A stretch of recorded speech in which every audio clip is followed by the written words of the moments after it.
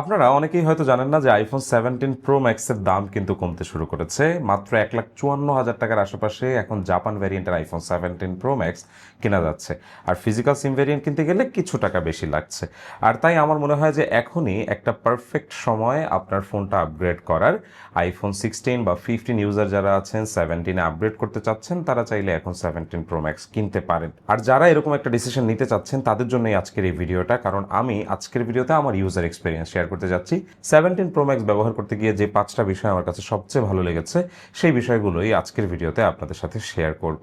IPhone 17 pro ম্যাক্সের Japan ভ্যারিয়েন্টের এই ফোনটা আমি ব্যবহার করছি নভেম্বরের 2025 সাল থেকে, এবং এখনো পর্যন্ত আমার এই ফোনটাতে 100% ব্যাটারি হেলথ অবশিষ্ট আছে। আমি যদি আপনাদেরকে সাইকেল কাউন্ট দেখাই, তাহলে এটা 142 সাইকেল কাউন্ট অবস্থায় আছে। আর এই লম্বা সময় ধরে আমি কিন্তু অনেকগুলো চার্জার ব্যবহার করেছি। আমি আমার আইপ্যাডের সাথে আসা জেনুইন অ্যাপেলের 20 ওয়াট অ্যাডাপ্টার ব্যবহার করেছি, পাশাপাশি অ্যাঙ্কার ন্যানো A121D এর যে ডিসপ্লে ভাইরাল চার্জারটা আছে সেটাও আমি ব্যবহার করেছি। এমনকি অ্যাঙ্কারের যে 30 ওয়াট চার্জার আছে সেটাও ব্যবহার করেছি। অনেক সময় ট্যুরে গেলে আমি কিন্তু অ্যান্ড্রয়েডের চার্জার দিয়ে এই ফোনটা চার্জ করেছি। আলহামদুলিল্লাহ, আমার এই ফোনটায় এখনো 100% ব্যাটারি হেলথ অবশিষ্ট আছে এবং চার্জ ব্যাকআপও আমি দুর্দান্ত পাচ্ছি। সাধারণত ফিজিক্যাল সিম ভ্যারিয়েন্টে 4823 মিলি অ্যাম্পিয়ারের ব্যাটারি পাওয়া যায়। 200 মিলি অ্যাম্পিয়ারের জন্য খুব একটা ডিফারেন্স হয়তো আপনি নোটিস করবেন না, তবে একটু বেশি ব্যাটারি ব্যাকআপ আপনি অবশ্যই পাবেন। তবে দৈনন্দিন জীবনে একটা ফিজিক্যাল সিম না থাকা আমি একদমই নোটিস করি নাই যতক্ষণ না পর্যন্ত আমি চায়নাতে গিয়েছিলাম, কারণ চায়নাতে কোনো প্রকার ই সিম নেই, সেখানে ফিজিক্যাল সিম ব্যবহার করতে হয়। আর তাই চায়নাতে যাওয়ার পরে আমাকে একটি আলাদা ফোন কিনতে হয় শুধুমাত্র চায়নাতে সিম ব্যবহার করার জন্য। আর তাই যারা রেগুলারলি চায়নাতে যাতায়াত করেন তাদের জন্য অবশ্যই ফিজিক্যাল সিম ভ্যারিয়েন্ট মাস্ট। তবে যারা সেভাবে চায়নাতে যান না, আমার মনে হয় যে তারা ই সিম ভ্যারিয়েন্ট কিনতে পারেন, কারণ এক্ষেত্রে আপনারা এক্সট্রা 200 মিলি অ্যাম্পিয়ারের ব্যাটারি বেশি পাবেন। আমি প্রতিনিয়তই আমার ব্যবহারে দেখেছি যে সারাদিন তো যাই এবং দিন শেষে এই ফোনটার প্রায় 40 থেকে 50% চার্জ অবশিষ্ট থাকে। এত বেশি চার্জ অবশিষ্ট থাকার একটা প্রথম কারণ হচ্ছে যে আমার যেহেতু আরেকটা ফোন আছে, আমি ওইটাও ব্যবহার করি, কিন্তু তারপরেও আমি দেখেছি যে ইন মোস্ট কেসেস 5 to 6 আওয়ার্সের অন স্ক্রিন টাইম থাকার পরেও বেশ ভালো চার্জ অবশিষ্ট থাকে এই ফোনটাতে। আর আপনি যদি হেভি ইউজার হন, যদি সব সময় ডেটা অন করে রাখেন এবং অন স্ক্রিন টাইম বেশি থাকে, ক্যামেরাতে ভিডিও করেন বেশি, সে সমস্ত ক্ষেত্রেও আমার মনে হয় যে এই ফোনটা সারাদিন ব্যাকআপ দিবে এবং দিন শেষে আপনি অ্যাটলিস্ট 15 থেকে 20% চার্জ বাসায় নিয়ে আসতে পারবেন। এবারে একটু আমি ক্যামেরা নিয়ে কথা বলতে চাই। ক্যামেরা নিয়ে অনেকেই অনেক ধরনের মতামত দিয়েছে 17 প্রো ম্যাক্সের, তবে আমি বেশিরভাগ ক্ষেত্রেই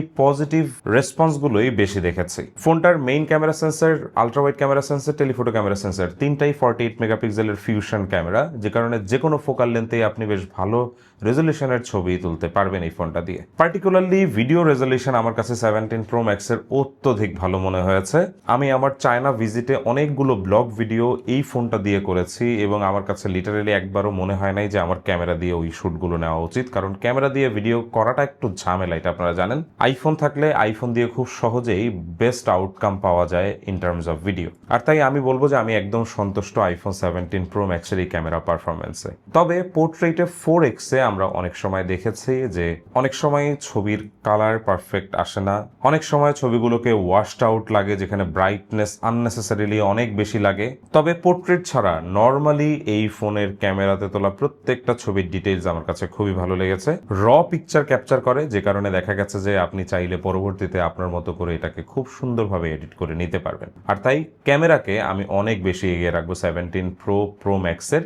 আপনি Vivo X300 ultra, Oppo find X9 ultra, যে সমস্ত ফোনের কথাই বলেন না কেন, দিন শেষে আপনি দেখবেন যে আইফোনের ক্যামেরাই আপনাকে বেশি স্যাটিসফাইড করবে। এবারে একটু পারফরমেন্স নিয়ে কথা বলি। এই ফোনটাতে A19 Pro 3 ন্যানোমিটারের চিপসেট ব্যবহার করা হয়েছে। অন পেপার এই ফোনটা খুবই পাওয়ারফুল, তবে আমার দৈনন্দিন ব্যবহারে আমি এই ফোনটা থেকে অনেক বেশি ভালো পারফরমেন্স পেয়েছি। আমি যদিও একজন গেমার না, তবে আমি এই পারফরমেন্সটা ফিল করেছি যখন আমি দেখেছি যে আমি ভিডিও এডিট করছি। লিটারালি আমি বেশিরভাগ ভিডিও চায়নাতে ক্যাপকাটে এডিট করেছি। অন দ্য গোতে ক্যাপকাটে আমি খুব সহজেই এই ফোনটাতে ভিডিওগুলো এডিট করে ফেলছিলাম, যা আমাকে সত্যি অনেক অবাক করেছে এবং খুব অল্প সময়ে রেন্ডারও হয়ে যাচ্ছিল।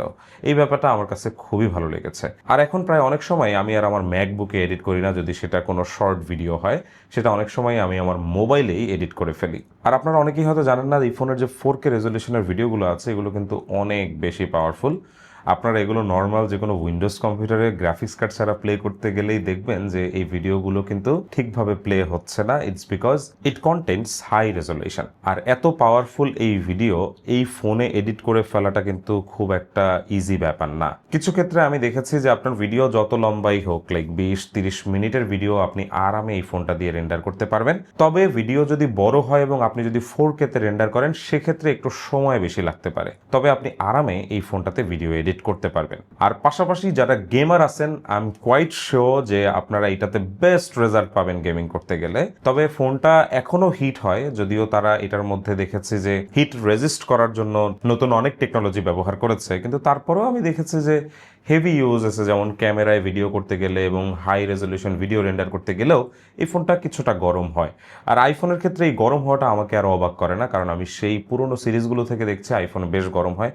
কাজেই এটা নিয়ে আমার কোনো কমপ্লেইন নেই। আরেকটা ব্যাপার আমার কাছে ভালো লেগেছে, সেটা হচ্ছে অ্যাপল ইকোসিস্টেম। এই ফোনটায় থাকার কারণে আমি আমার অ্যাপল ইকোসিস্টেমকে প্রপারলি ব্যবহার করতে পেরেছি। আমার যে অ্যাপল ওয়াচ আছে সেই ওয়াচ ব্যবহার করে আমি এই ফোনটার সাথে সবসময় কানেক্টেড ছিলাম। পাশাপাশি এয়ারড্রপ ব্যবহার করে খুব সহজে আমি ফাইল শেয়ার করতে পারছিলাম আমার ডিভাইসগুলোতে।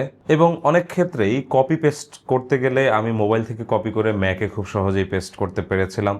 এই ব্যাপারগুলো আমার কাছে খুবই ভালো লেগেছে। কাজেই আপনি যদি অ্যাপল ইকোসিস্টেমের মধ্যে থাকেন সেক্ষেত্রে it can be another reason why you will love your 17 Pro Max very much. একদম লাস্ট যে ব্যাপারটা আমার কাছে ভালো লেগেছে সেটা হচ্ছে এই ফোনটার এই বড়সড় একটা ডিসপ্লে এবং খুবই পাওয়ারফুল ডলবি ভিশন স্পিকার এবং মিডিয়া কনজাম্পশন।